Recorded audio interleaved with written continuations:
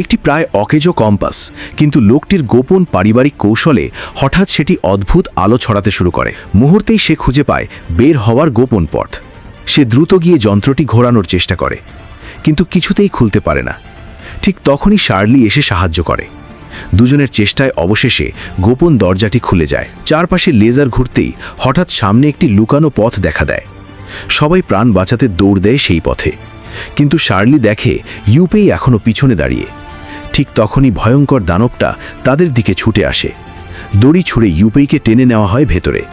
দানবটা শুধু অসহায়ের মতো তাকিয়ে থাকে। এরপর তারা পৌঁছে যায় এক রহস্যময় গুহায়।